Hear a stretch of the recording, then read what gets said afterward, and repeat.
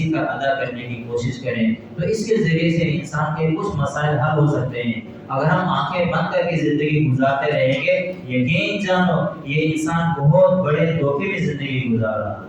انسان اگر سوچ رہا ہے کہ میں خوشحال ہوں، خوشحال رہوں گا، تو یہ سراپا نہیں ہے، اس لیے کہ وَتِلْكَ الْأَيَّامُ نُدَاوِلُهَا بَيْنَ النَّاسِ۔ اللہ رب العزت کہتے ہیں کہ ہم لوگوں کے درمیان دن رات کو بدلتے رہتے ہیں۔ یہ نہیں کہ اندھیرا آتا ہے اور روشنی آتی ہے، نہیں، حالات کے اعتبار سے بدلتے ہیں، معاملات کے اعتبار سے بدلتے ہیں، امیر کو غریب کر دیتے ہیں، غریب کو امیر کر دیتے ہیں، بیمار کو شفا دے دیتے ہیں، صحت یاب کو بیمار کر دیتے ہیں، ظالم کو مظلوم بنا دیتے ہیں، وقت آنے پہ اسی مظلوم کو ظالم بنا دیتے ہیں، اسی عادل کو ناانصاف بنا دیتے ہیں، اسی ناانصاف کو عادل بنا دیتے ہیں، جس کو چاہتے ہیں ہدایت دیتے ہیں، جس کو چاہتے ہیں گمراہ کرتے ہیں، جس کو چاہتے ہیں زندگی دیتے ہیں، جس کو چاہتے ہیں موت دیتے ہیں۔ یہ دنیا کی سمجھ کے اللہ تعالیٰ نے چیزیں دی ہیں تاکہ انسان ان کو دیکھ کر صحیح راستے کو پکڑنے میں آسانی اختیار کر سکے۔ اتنا آسان بنا دیا ہے اللہ رب العزت نے۔ الدین یسر، اللہ رب العزت دین کو آسان بنایا،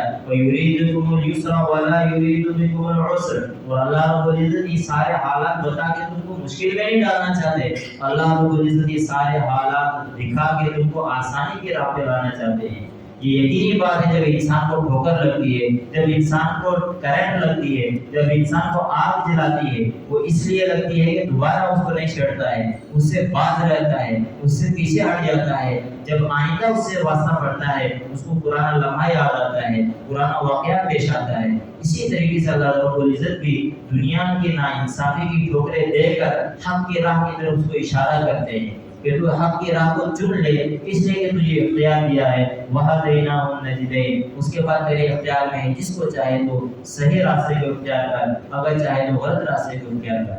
لیکن انسان اس بات کو اکثر اگنور کرتا ہے۔ کبھی انسان کو اللہ تعالیٰ ایسے واقعات پیش کراتا ہے کہ اس کا پورا کا پورا دھیان اللہ کی طرف جاتا ہے، لیکن حالات کو دیکھ کے پھر وہ اگنور کرتا ہے، پھر اس کو ٹھوکر لگتی ہے، پھر اگنور کرتا ہے۔ ایک مرتبہ صحت ملتی ہے، وہ پھر بیمار ہوتا ہے، اتنا بیمار ہوتا ہے کہ وہ اللہ سے وعدے کرتا ہے، اللہ ایک بار شفا عطا کر مجھے، میں روزے بھی رکھوں گا، ایک بار شفا عطا کر دے، میں نمازیں بھی پڑھوں گا، ایک بار مجھے مالدار بنا دے، میں زکوٰۃ بھی ادا کروں گا، ایک بار پھر سے مجھے مال عطا کر، میں جو ہے صدقات بھی کروں گا، میں حقوق بھی ادا کروں گا۔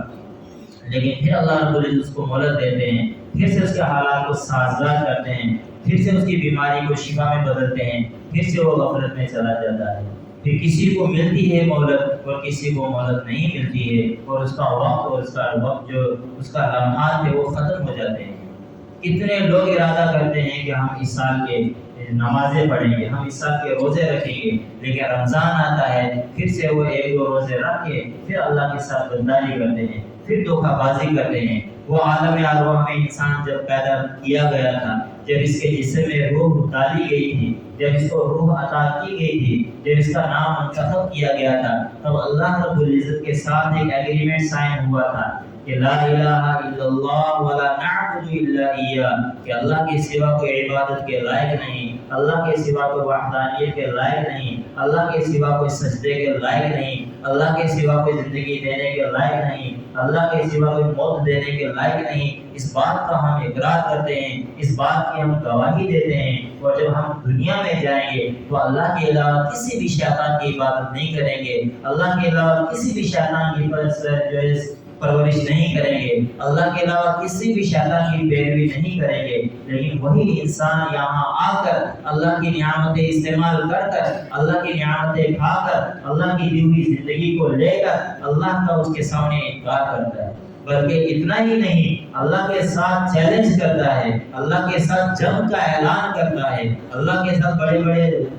دعوے کرتا ہے، اور پھر اس کے بعد ناکام ہو کے پھر سے اپنی جو ہے آخرت کو برباد کر بیٹھتا ہے۔ یہ وہ انسان ہے، اس لیے قرآن کریم میں کہا خلق الانسان کفورا، خلق الانسان عجولا، خلق الانسان قدورا، ہم نے انسان کو بنایا ہے، ہمیں معلوم ہے یہ کتنا کمزور ہے، ہم نے انسان کو بنایا ہے، یقیناً انسان ناشکرا ہے، ہم نے انسان کو بنایا ہے، یقیناً انسان جلد باز ہے کہ وعدے کر کے توڑ دیتا ہے، دیکھ کر چھوڑ دیتا ہے، اور اس کے بعد مان کے حق کو دے کے اس کا انکار کر دیتا ہے۔ ہم نے انسان کو بنایا ہے، اس کی کمزوری کو ظاہر کر دیا ہے، تاکہ کم سے کم جب یہ کمزوریاں بڑھے تو اپنے آپ کو منا لے کہ تو کمزور ہے، تو دھوکہ دے رہا ہے اللہ کو، اور یہ دھوکہ ہمیشہ نہیں چلے گا، کچھ لمحات ہیں اس کے لیے۔